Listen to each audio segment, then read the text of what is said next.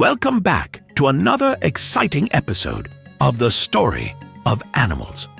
Today, we're taking a deep dive into the mysterious world of marine mammals, where we'll be comparing two remarkable creatures that are often confused with one another, the dugong and the manatee.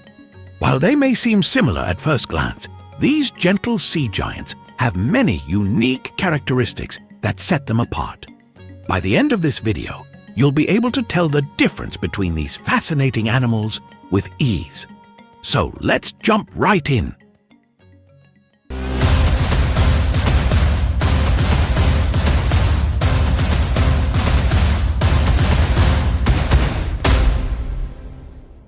Dugongs and manatees are both members of a group of marine mammals known as sirenians, named after the sirens of Greek mythology, creatures that were said to lure sailors with their enchanting songs.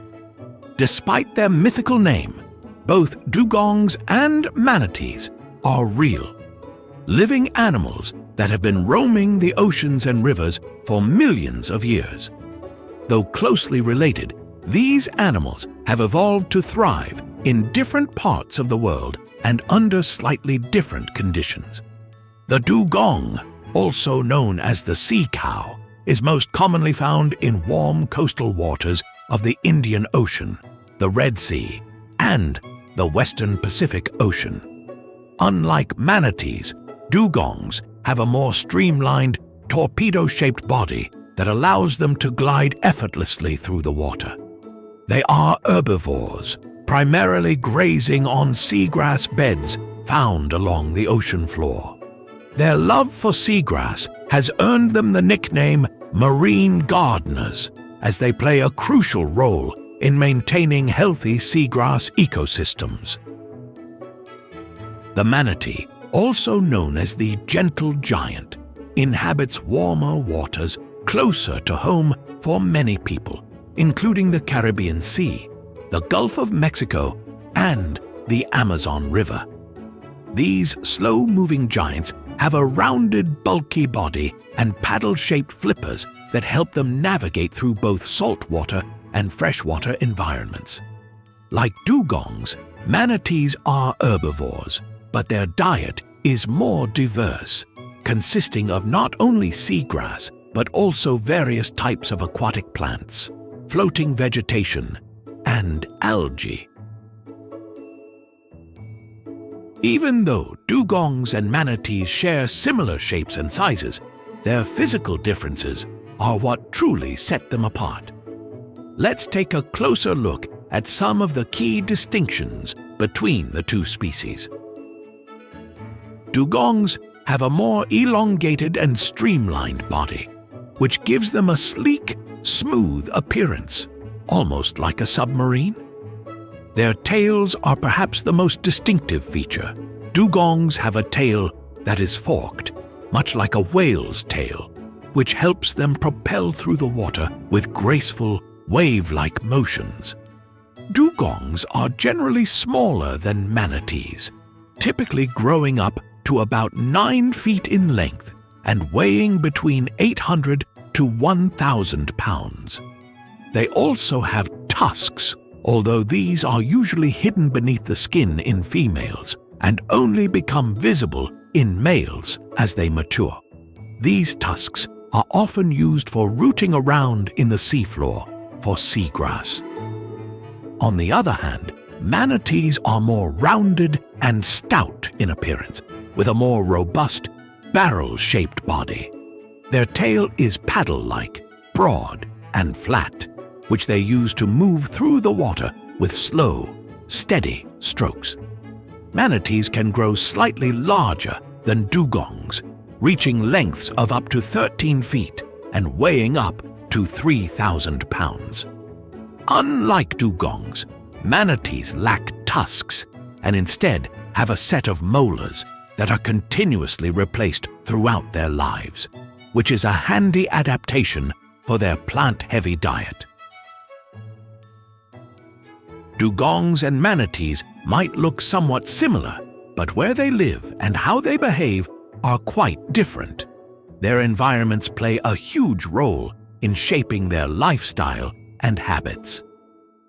Dugongs are true marine mammals, which means they spend their entire lives in the ocean.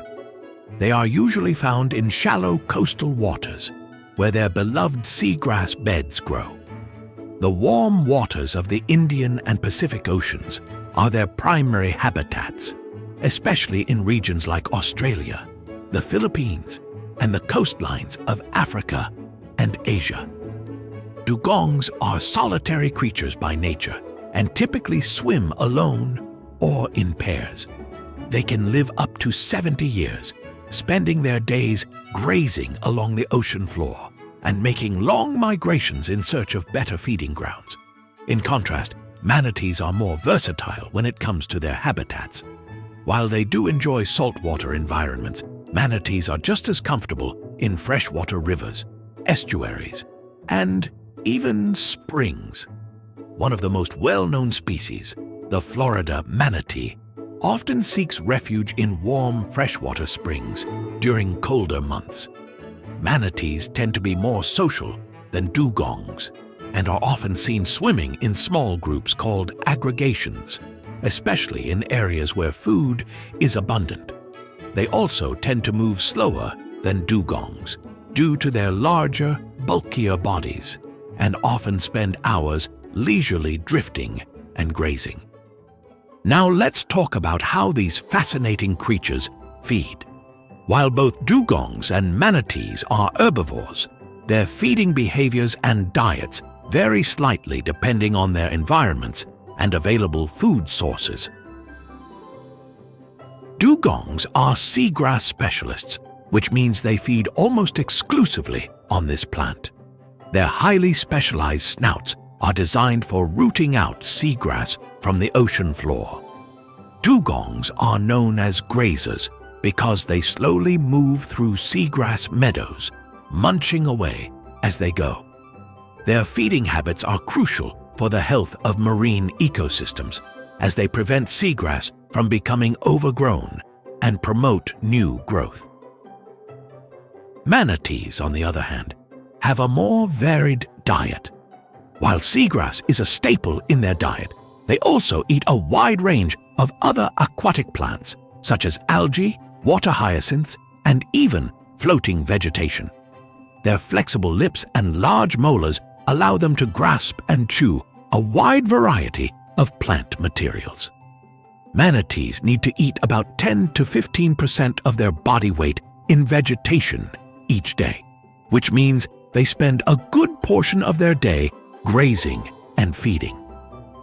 Both dugongs and manatees face significant conservation challenges. Their populations have been declining for decades due to various threats, including habitat loss, hunting, and human activity. Dugongs are classified as vulnerable by the International Union for Conservation of Nature, IUCN. Their numbers have been greatly affected by coastal development, pollution, and entanglement in fishing gear. Efforts are being made to protect their habitats, particularly in places like Australia, where large marine protected areas have been established. However, dugong populations continue to decline in many parts of their range, and they need continued global attention to ensure their survival. Manatees, particularly the Florida manatee, have also been a species of concern. Once listed as endangered, Florida manatees have seen some population recovery thanks to conservation efforts and public awareness campaigns. However, they remain vulnerable, especially from boat strikes and habitat degradation. Many organizations continue to work on rescue and rehabilitation programs, and efforts to create safe havens and educate the public about manatee conservation are ongoing. So, there you have it. While dugongs and manatees may share some similarities, their differences in physical traits, habitats, and behaviors make each of them unique in their own way. Both species are vital to their ecosystems and deserve our protection and respect. Next time you hear about a sea cow, you'll know exactly whether it's a dugong or a manatee. Thanks for watching The Story of Animals. If you enjoyed this deep dive into the world of marine mammals, don't forget to hit the like button, share this video with your friends, and subscribe to our channel for more fascinating animal stories. See you in the next video.